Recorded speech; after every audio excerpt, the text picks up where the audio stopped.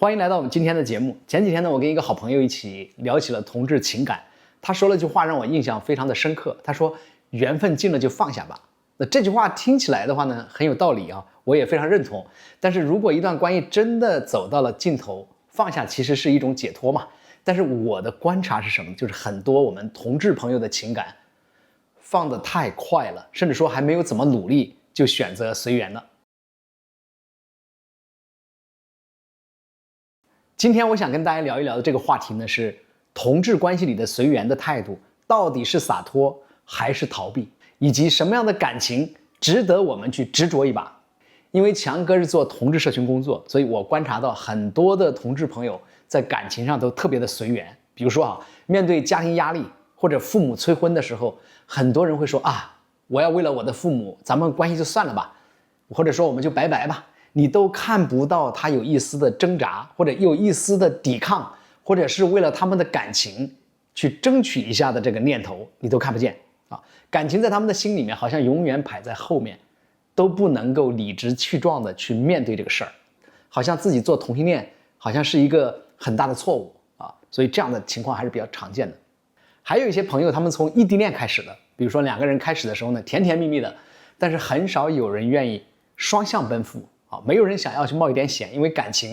你要往前走，要去到一个地方生活的话，总有一个人要得放弃一点，是吧？没有人想为对方多走一步，所以时间一长了，这个关系就淡了，就随缘了，分手了。所以眼睁睁的你就会看到说，哎呦，这一段感情走向了死亡，而不是走向希望。所以在这些方面吧，我觉得有一些老外反而表现得更执着一点。我有一个朋友，他当时在美国，在旧金山做交换生，他只有半年时间在那边交换，他认识一个老外。才认识2个月吧，我估计他回国的时候，那个老外就跟他一起来到了中国。还有一些人就平时嘛，你伴侣关系里面总会吵点架呀，或者是有一点矛盾这都非常非常的正常，对吧？有一些人遇到吵点架或者有点矛盾，选择立即结束，而不是说2个人坐下来好好沟通试着怎么去修复一些关系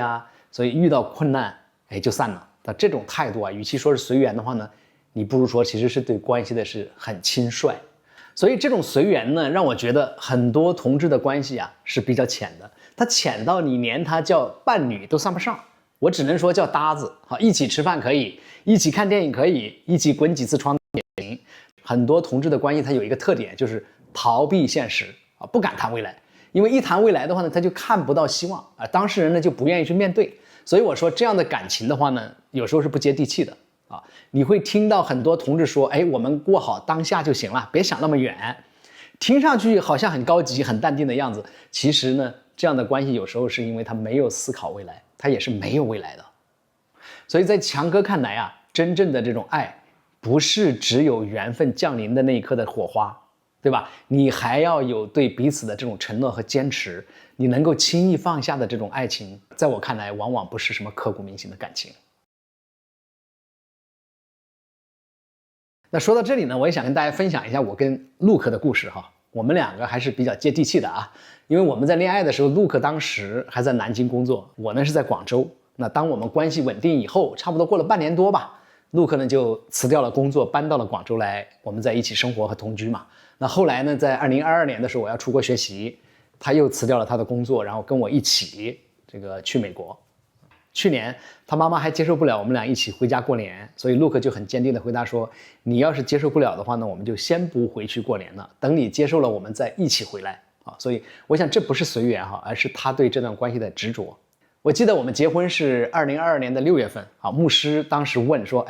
你愿意让对方成为你的合法的丈夫吗？无论顺境或逆境，疾病或健康，或者富足或贫穷，你都爱他，你都尊重他，珍惜他，直到生命的尽头。陆克当时说，他那个时候因为还不太听得懂英文嘛，他说没有什么特别的感受但是后来呢，我们2个有机会给一对朋友证婚，当再听到牧师讲同样的话的时候呢，他当场泪流满面。2023年的时候呢，因为我们从纽黑文搬到洛杉矶去住的时候刚开始我们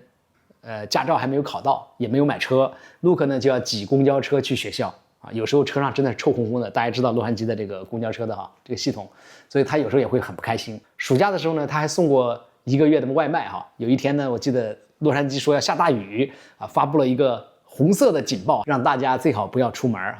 然后我当时就说，陆可，我陪你一起去送外卖吧，因为下雨天肯定雨下的越大，送外卖的订单越多哈。那天我陪他一起送外卖，我们挣了$500，然后才回去休息。今天是我老公第一单做这个 Uber Eats， 就是美团小哥。然后呢，应该是一个韩国的炸鸡，然后需要花10公里吧，因为6个 miles 10公里吧，送到那个第一单客户那里。我们看看我们这第一单是什么情况啊？大家看看这第一单，我们还在高速公路上送货，还要堵车哈，所以这个做外卖小哥可不容易哈。而且地图呢还没研究好，所以第一单做外卖小哥的感受必须要记录下来，才能够成为我们人生的成长当中一个重要的里程碑。第一单马上就要到了，我给你挤啊，不要了。你把这个放门口，拍照片。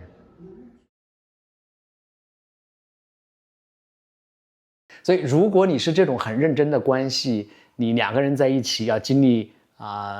艰难的时刻，经历贫穷，或者经历一些这个适应一些新的环境，你就不可能说出随缘2个字，因为深度的感情啊，它其实是带着付出。比如说，对方生病了，你会抛弃他吗？对方如果失业了，你会不管他吗？我知道很多同志关系里面是 AA 制的哈，